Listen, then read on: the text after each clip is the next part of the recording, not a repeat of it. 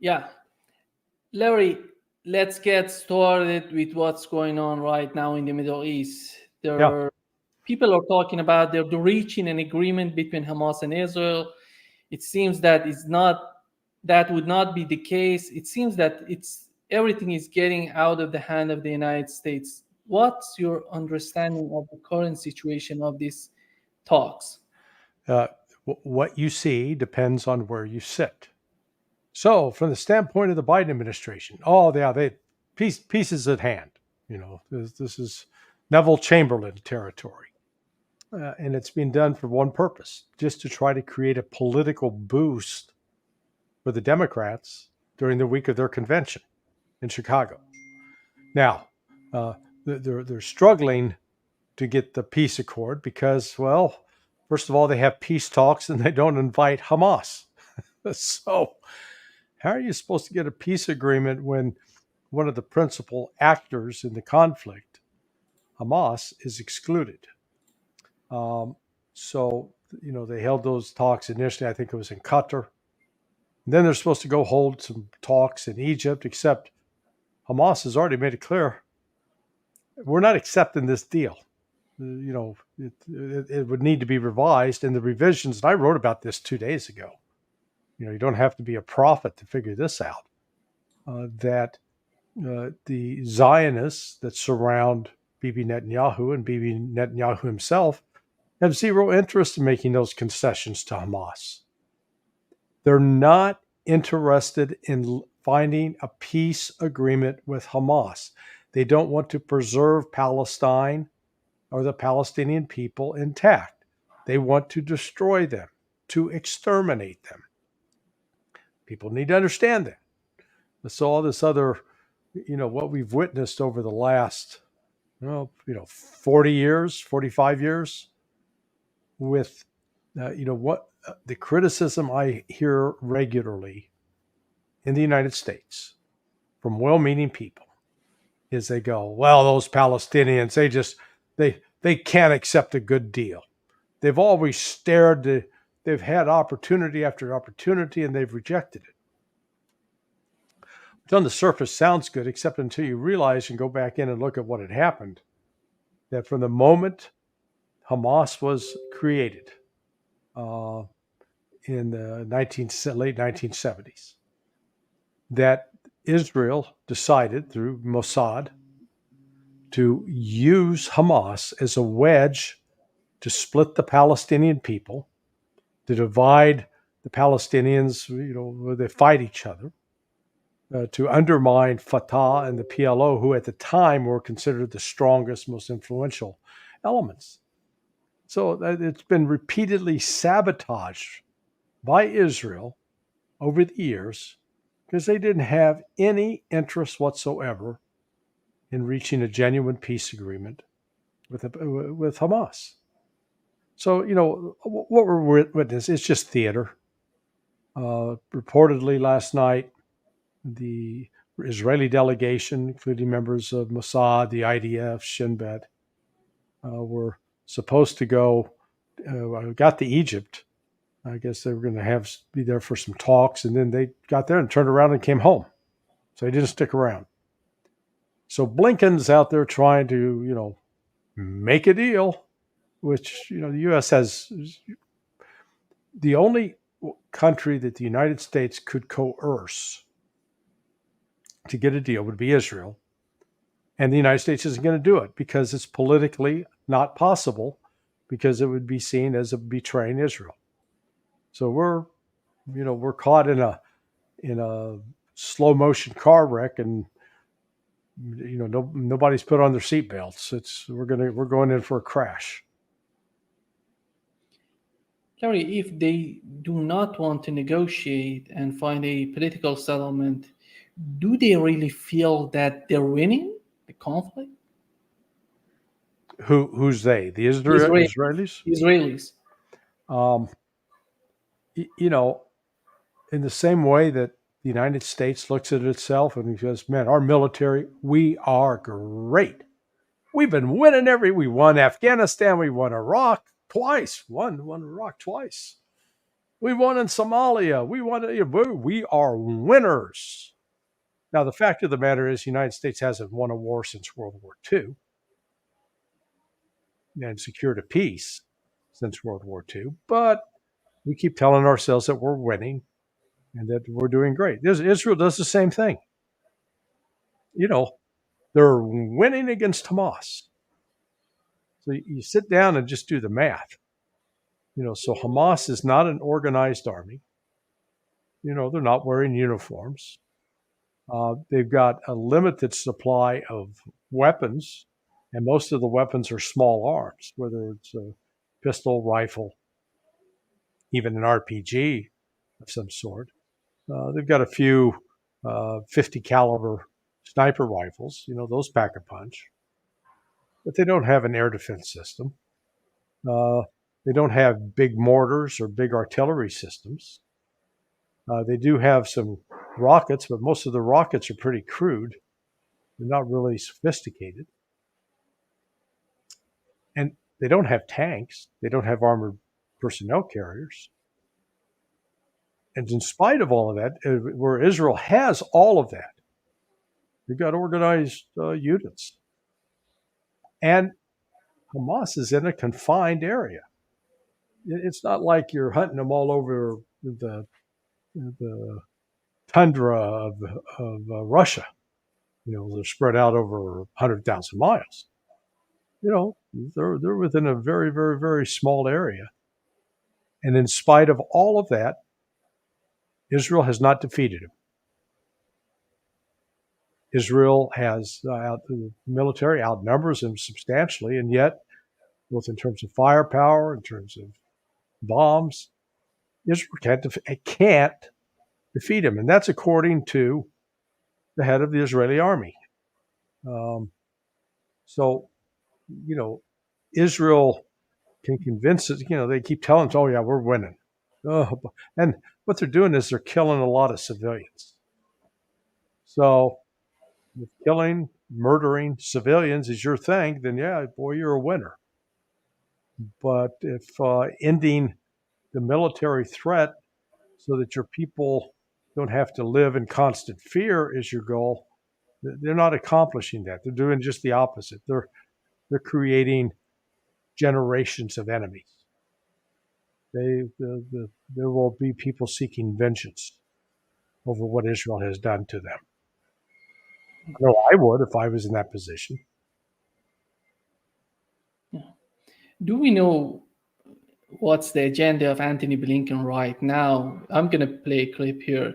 He's talking about that the United States is prepared to defend Israel. But look at that and give me your take before. Assets is not to provoke aggression, but rather to deter it, to make sure that it doesn't happen. But also to make clear that if it does, we are fully prepared to defend Israel. We've coupled this effort with an intense diplomatic campaign, virtually a global diplomatic campaign, working with countries around the world to send the message strongly to every concerned party not to take any steps that would escalate tensions, that would risk provoking a wider conflict. And this, too, has been something we've been working on from day one, since October 7th. It's been one of our primary objectives, to prevent the conflict from escalating, from spreading to other places. And so this coupling of our military commitments, our security commitments, with an intense diplomatic campaign is something that I'm pursuing on this trip, again, with the intent of making sure that we deter further conflict, but that we're also clearly prepared to defend against it if it comes. But what's most crucial now is that everyone refrain from taking any actions that could fuel further conflict, escalate tensions, and result in the spreading of violence and conflict. Yeah, I mean, nice words, empty words. For the Arab and Muslim people in the region, most of them, what they're hearing is like, you're telling us not to defend ourselves? You're not shutting down Israel. Israel continues on a daily basis to murder people in Lebanon and to murder people in Gaza and to murder people in the West Bank. And you, the United States, don't do a thing to stop it. Not a thing. In fact, you enable it. You send them more weapons. You send them more ammunition. You send them more bombs. The attacks that are, right now, they keep talking about it as if Israel and Hamas and Hezbollah are going to start fighting. Hello, they've been fighting now for 10 months, and it's a tit for tat. Israel's killing more of the Hezbollah and Lebanese Muslims than Hezbollah is killing Israelis, but that could change very quickly. And you've also just today, I think, had a statement from the Houthis that, hey, they're going to be they're coordinating with Hezbollah and Iran. They're going to strike back against Israel. I don't, the European countries came out, was it a week ago, with a real strong letter to Iran, just saying, you better not, or else you stop causing problems. And the Iranians are going, we're not the ones causing the problems. It's your out of control mad dog there in Jerusalem who's running around assassinating people right and left. And you won't put your dog on a leash. So we're going to seek retribution. Iran's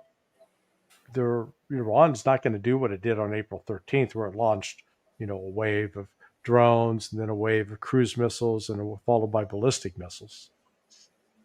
But if there's a coordinated strike with the Houthis firing, Hezbollah firing, and then Iran firing a ballistic missile at one of the key Israeli either military or intelligence installations, blowing up like the equivalent of the CIA headquarters, they'll send a message.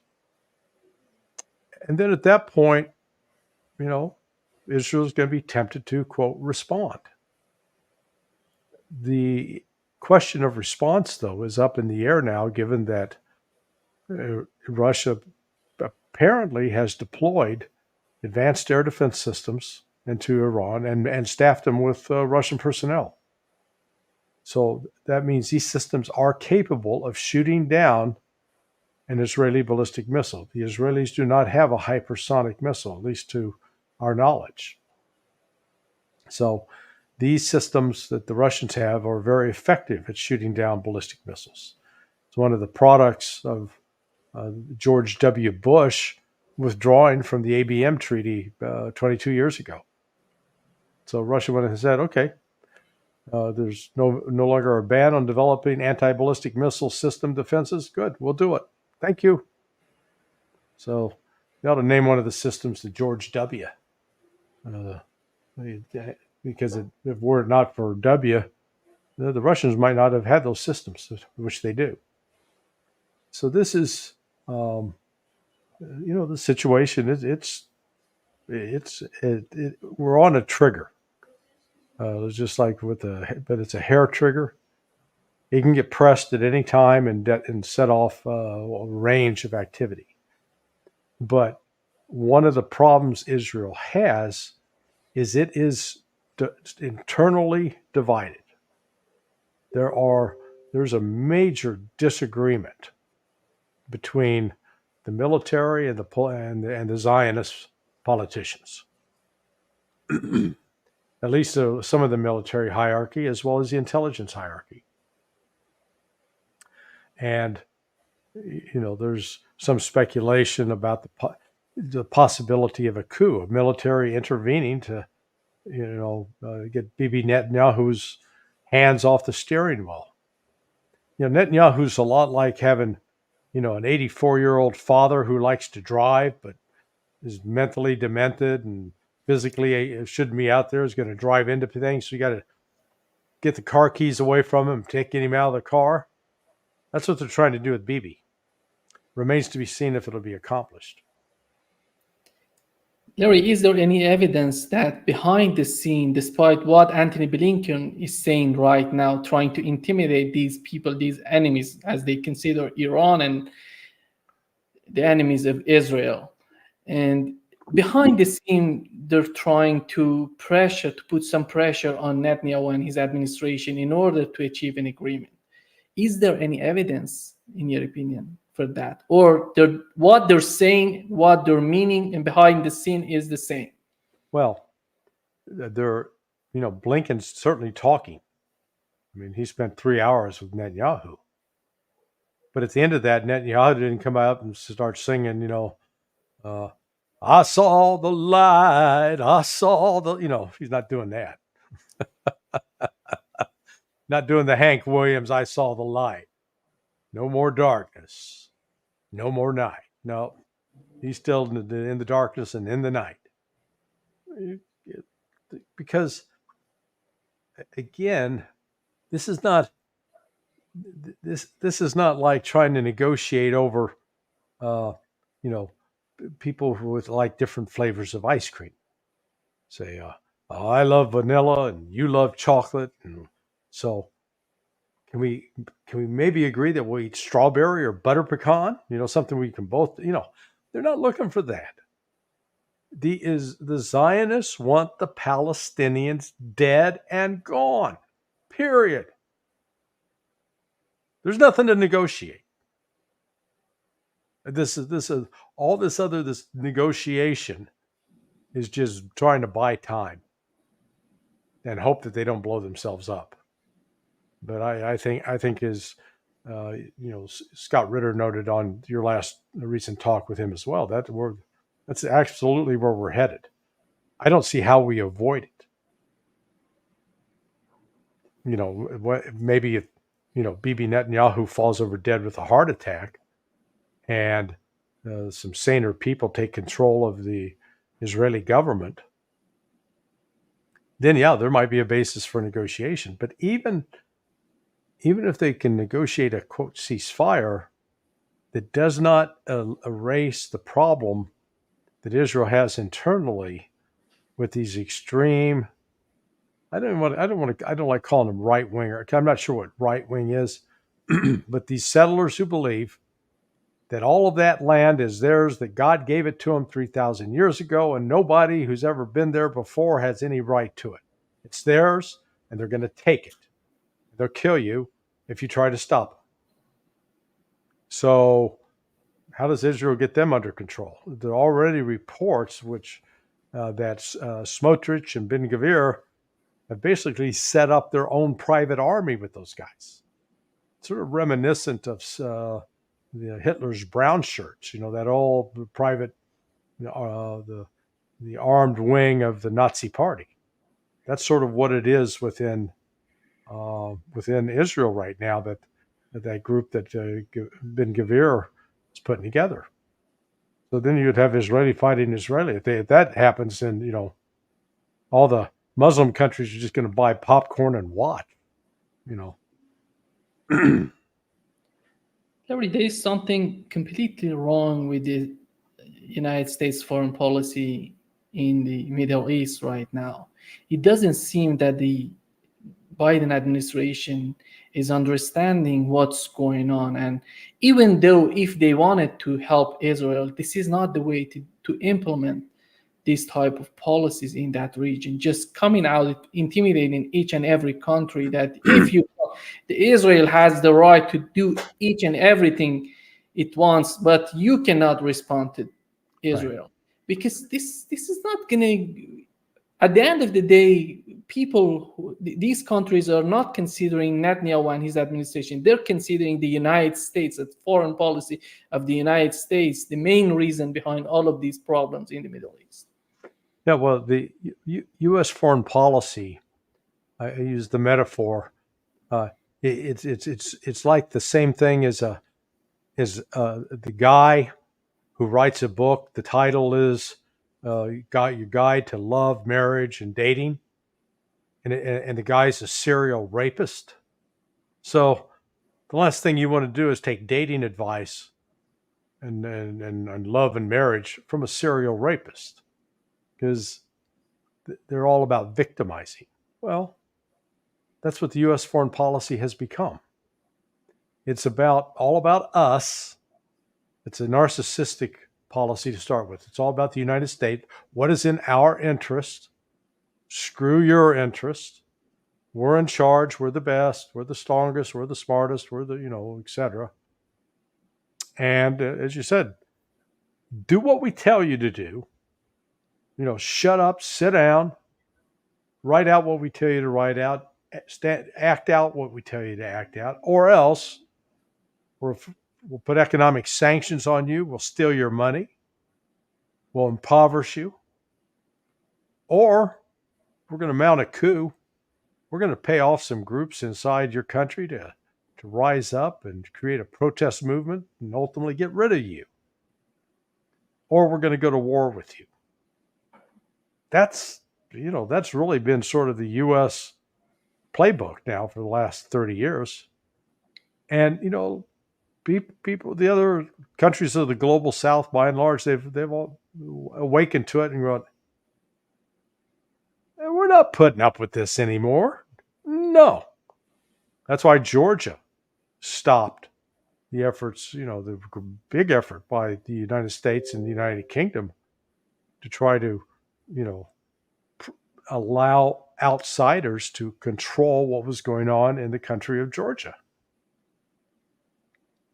And, the West was outraged that Georgia was going to pass a law requiring anybody who's a foreign agent who's taken money from a foreign government to influence public debate has to, sign up. And that was a threat to democracy. Cut me a break. Yeah. Part of this policy, Larry, would be how they can manage the situation with Turkey, with Saudi Arabia, and UAE. These are three important countries in the Middle East in terms of what's going on between Israel and Gazans. Do you think how far the United States can manage the situation with these three countries?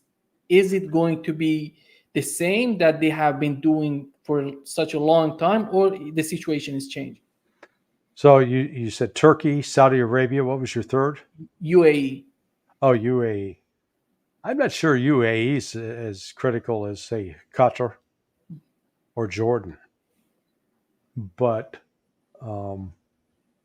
what's clear is the picture, the dynamics have changed because of the war in Ukraine and the Western sanctions on Russia. It's just like dominoes falling, or it's ripples going out after you've thrown a big rock in the pond. Because one, it brought Russia and China closer together than ever before, so that they're coordinating with each other. That's number one. Number two, it strengthened BRICS. And in strengthening BRICS, it accelerated the efforts to create an alternative financial system. And within that, there's also military cooperation and other things. And so here's Russia and China now reaching out to countries like Saudi Arabia and Turkey. Turkey and Russia historically have had, they've had some rocky times. And often Turkey was aligned with Europe, I think during the Crimea War back in 1854, to try to capture the Crimean Peninsula. But now you've got Turkey making different noises. So it has been rebuffed so many times trying to join the EU that I think it's given up, and it's expressed, hey, let us join. We're going to join BRICS. So that's significant. Because if they join BRICS, the odds are that they're going to start withdrawing from NATO. And that would be a big blow for NATO, because Turkey, second largest army in NATO after the United States.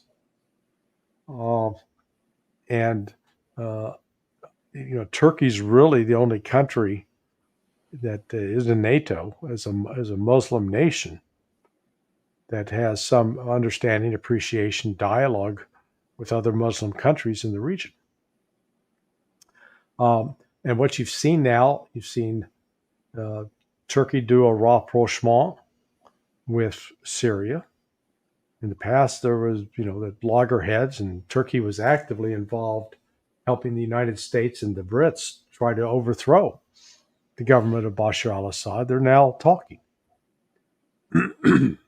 Turkey's talking to Iran and starting to cooperate with Iran in certain areas.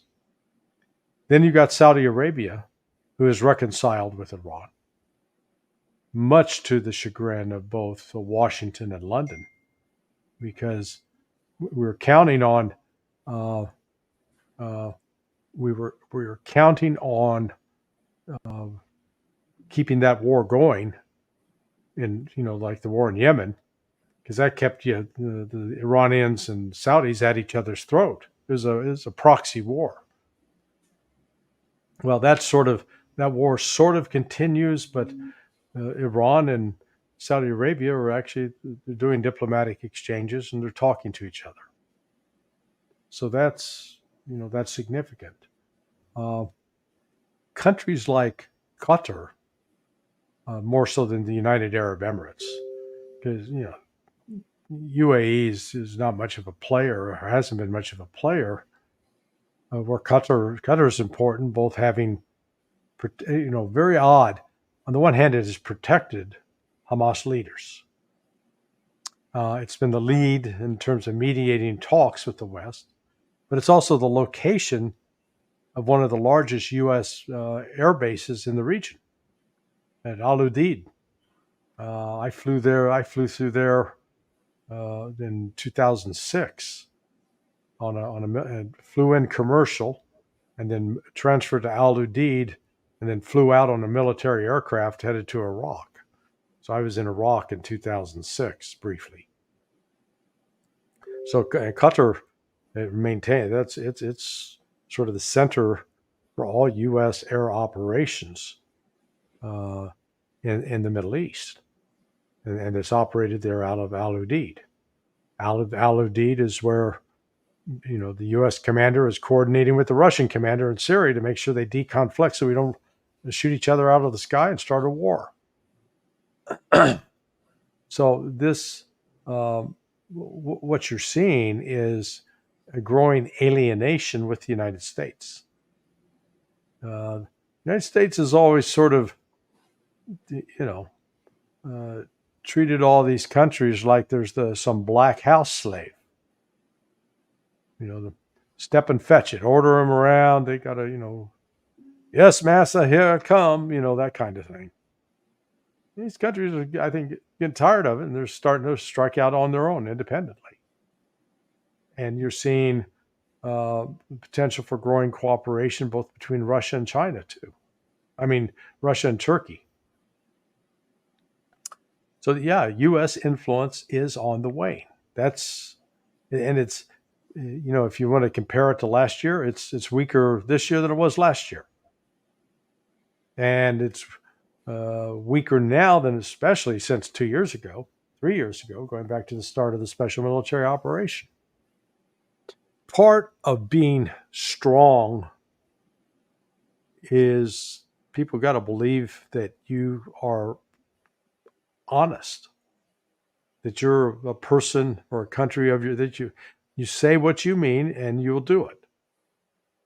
But now they're watching, the United States, we're good at talking, big talk, but little action. We're going to stop those Houthis. How's that going? I mean, we're coming up on 10 months or 9 months that the United States, the most powerful military in the world, we keep hearing most powerful, ain't no one better. We are the best. Yet we can't stop the Houthis from firing missiles that are hitting ships trying to transit the Red Sea. We can't. We try. Failed. We keep some people, there's a couple of ships out there now, but so far, failure. The Houthis are showing no signs of letting up. That sends a message. Hey, that big guy over there that's, the tough talker? Turns out he's not much of a fighter after all. Likes to brag, likes to talk, but not really as dangerous as he appears. I think that's the situation we're at right now with the United States. They're shifting the gear to the conflict in Ukraine. The Biden administration and whoever talks in Washington, they're talking about that they didn't provide intelligence to Ukrainians in Yeah. order to help them to attack the Kursk region. And right now, Lavrov is talking about that Zelensky wouldn't have dared to attack the Kursk region if the United States had not ordered him to do so. In your opinion, when they see what's going on with Russia, what's going on, how do they think about this attack on the Kursk region? And they come out and saying that they didn't do this, they didn't help Ukrainians. On the other hand, we know that a lot of mercenaries are within this army that attacked the Kursk region. They have been provided with tremendous intelligence to attack this region. How they can... We have two different point of view that are totally disconnected with each other. Yeah. This, there's an interesting parallel with the American Civil War and this invasion into Kursk. In a way, it's a little reminiscent, of the Battle of Gettysburg. Because in the Battle of Gettysburg, you had the Confederate Army, the Army of the South, cross into Northern Territory and go all the way up into Pennsylvania, cross through Maryland into Pennsylvania. And the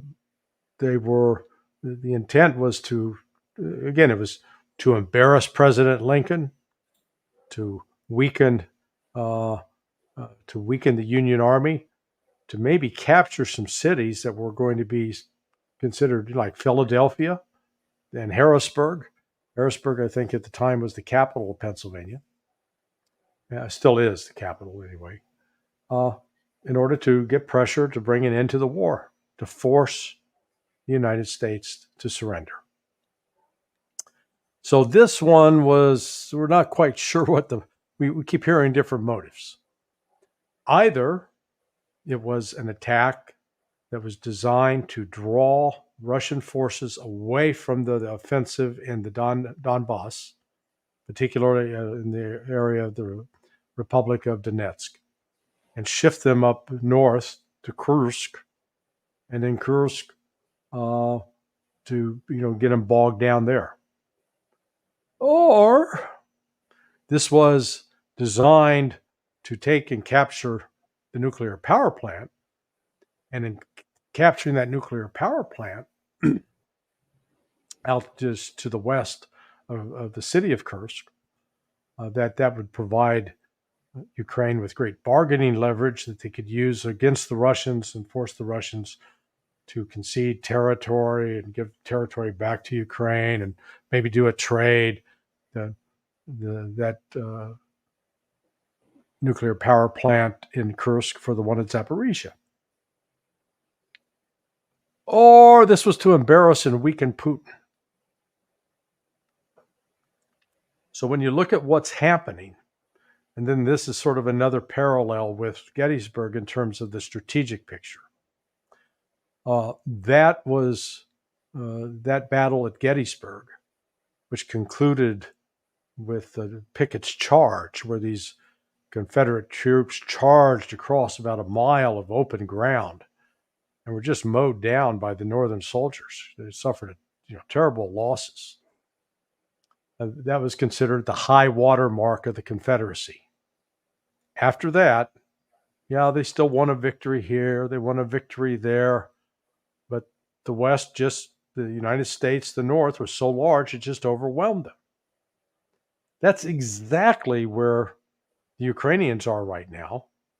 The industrial might is in Russia, not in Ukraine. The manpower is in Russia, not Ukraine. The weapons manufacturing is in Russia, not Ukraine. Ukraine's relying upon the United States and Europe, and they can't produce weapons at a level to replace what Ukraine is losing. So, and they lack any kind of depth, the West does, the United States and Europe, to resupply.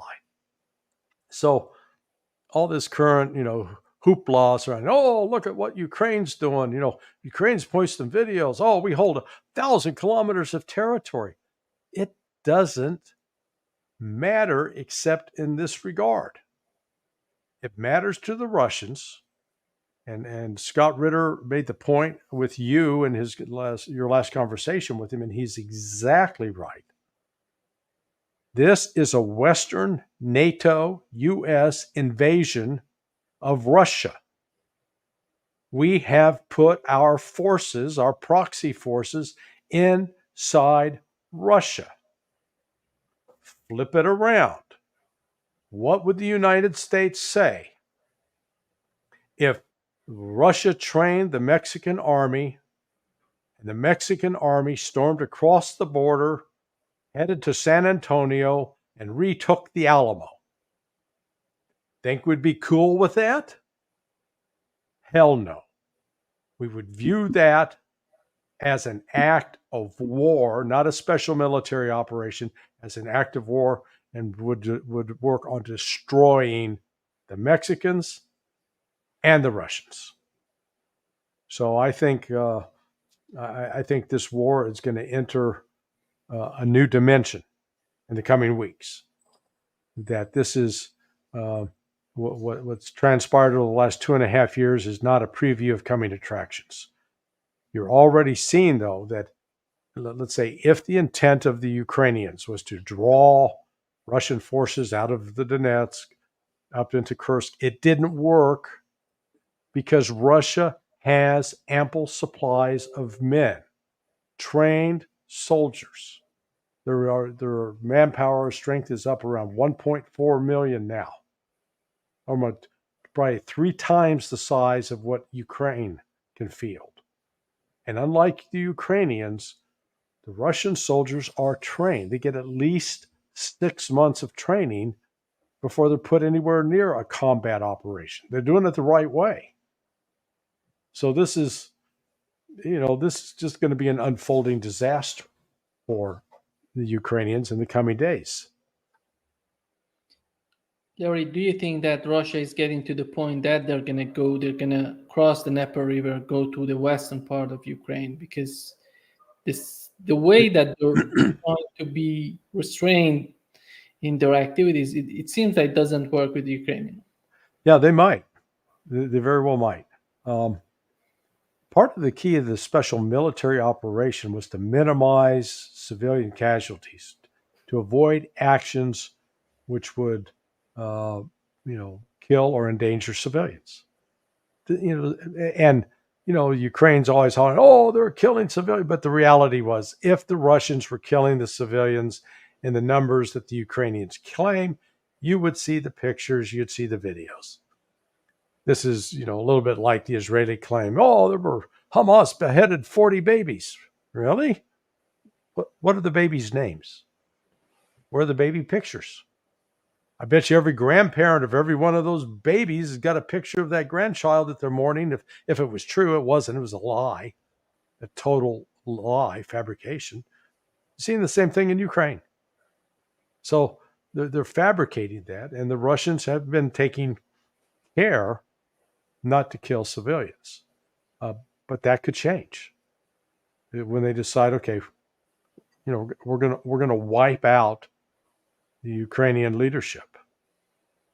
I think Russia to this point is still not taking the step that it could of destroying Kiev. One, because it's historically important to Russia. It's really the foundation, where the foundation of Russia was laid back in the day. In the 13th, 14th century. And the emergence of becoming a Christian nation. I guess that was like the 9th century, 10th century. So we're we're going back more than 1,000 years that the roots were laid there. So they don't want to necessarily destroy Kiev.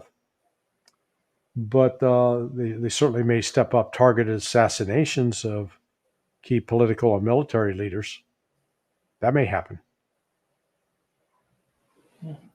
What do we know about mercenaries in this attack on the Kursk region? Or it seems that majority of mercenaries are Polish. Is that the case, or we have Germans, French? Yeah, you've got I've seen pictures of Germans and dead Germans and dead French. You can tell they got the flag on their lapel, on their sleeve. And there's also that people have heard, the locals heard people speaking English. I have seen one Australian in a firefight. Didn't turn out well for him. I think he wound up getting killed as well. So as far as numbers, I think the estimate was around 2,000 out of the 12,000 troops, 14,000 that may have came in the initial invasion of Kursk. Probably 2,000 of them, anywhere from 15 to 20%, were foreign mercenaries. The other thing, Larry, I don't know if you saw what's going on in Germany right now.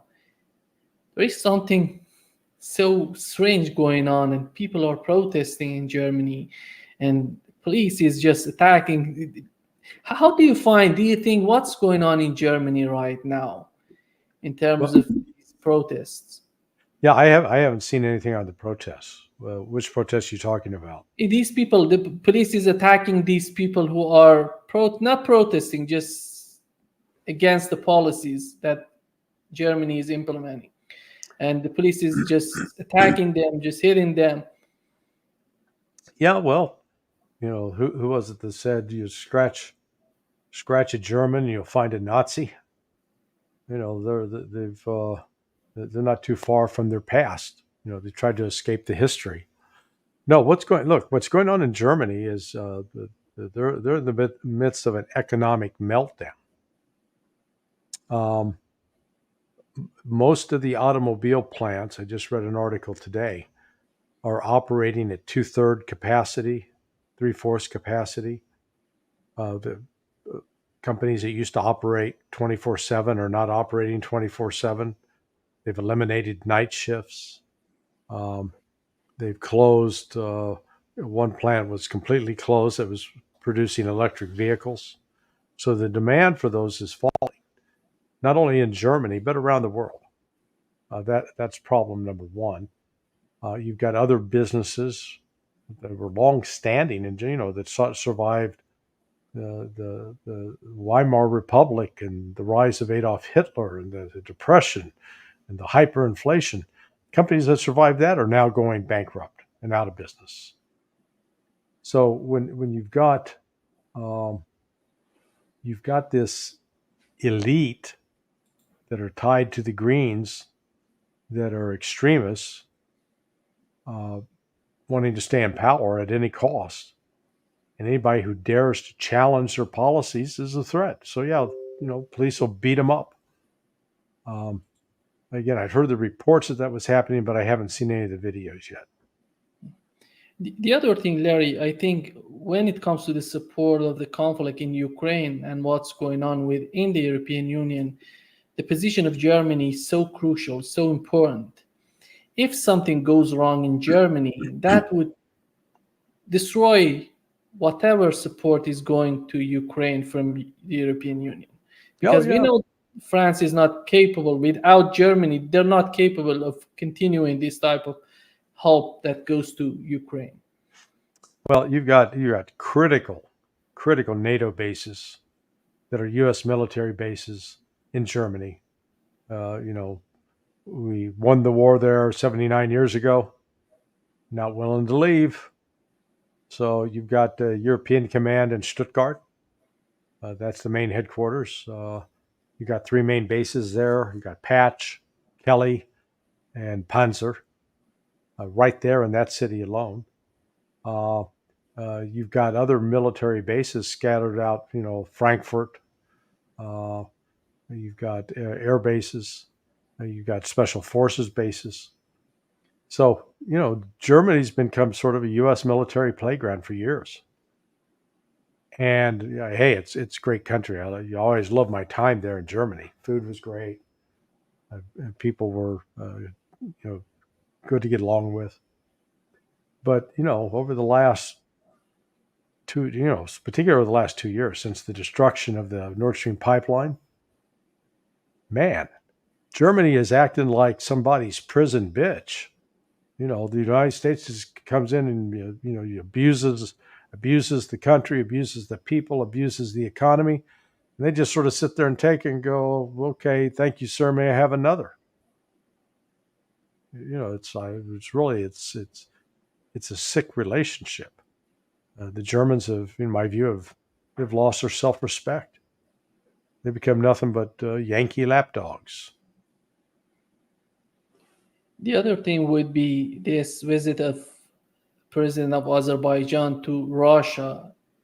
Azerbaijan has asked to be part of. They're asking to be part of BRICS, and right now he's. It's the other way around. Putin went to Azerbaijan, right? Sorry, yeah, Putin went to Azerbaijan. They were asking to be part of BRICS before this visit of Putin. Yeah. And when it comes to the way that Putin is trying to manage the situation, we know the energy when it comes to Iran, totally connected with Russia, Azerbaijan, that is so crucial for Israel. We know that. And to the future of Europe, we know that the energy should come from Russia or Azerbaijan, Iran, these countries in the Middle East. And do you think that the way that things are changing, considering this new move on the part of Azerbaijanis to be part of BRICS, is there any sort of understanding in the European Union and the future that they're drawing for themselves together with the United States? Yeah. Here's what the woke West doesn't get, because the woke West pressure on climate change. We got to stop climate change. And I'm going. It's a dynamic system that involves so many complex variables that it's always changing. So you're going to stop it from changing. Good luck with that. But at the heart of that argument about climate change is what? Getting rid of fossil fuels. Okay, let's step back and take a look at who's producing fossil fuels, because we want them to stop it. Let's see, that'd be Saudi Arabia, Venezuela, Nigeria, Russia. You're going to see a pattern here. Iran, and then other countries in the Gulf.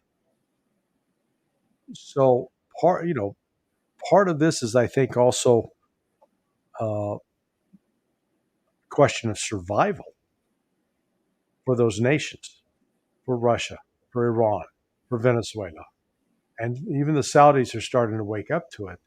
That if they keep hanging out with these crazy Westerners, I mean, look at the damn Germans again. They just blew up one of their nuclear cooling towers to get rid of nuclear energy. It's a clean source of energy. They're losing that. They no longer have the Nord Stream pipeline, and if they get any natural gas, they're having to pay more for it because the shipping costs. They're still buying the gas from the Russians. They're just paying more for it. Brilliant.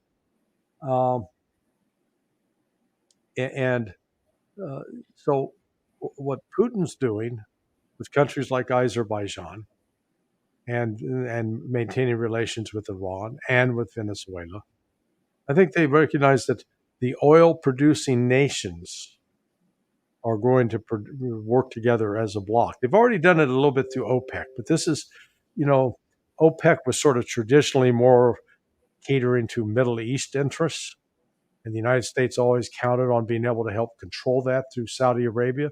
I think that's over. And I think the importance of the oil wealth getting diverted into the global south to help achieve some real actual economic development there. There was always paid lip service to it, but they've never really done it. But now about seeing some genuine economic development and improvement of the economic circumstances of the people of the global South, because that's where the majority of the world's population is anyway. Yeah.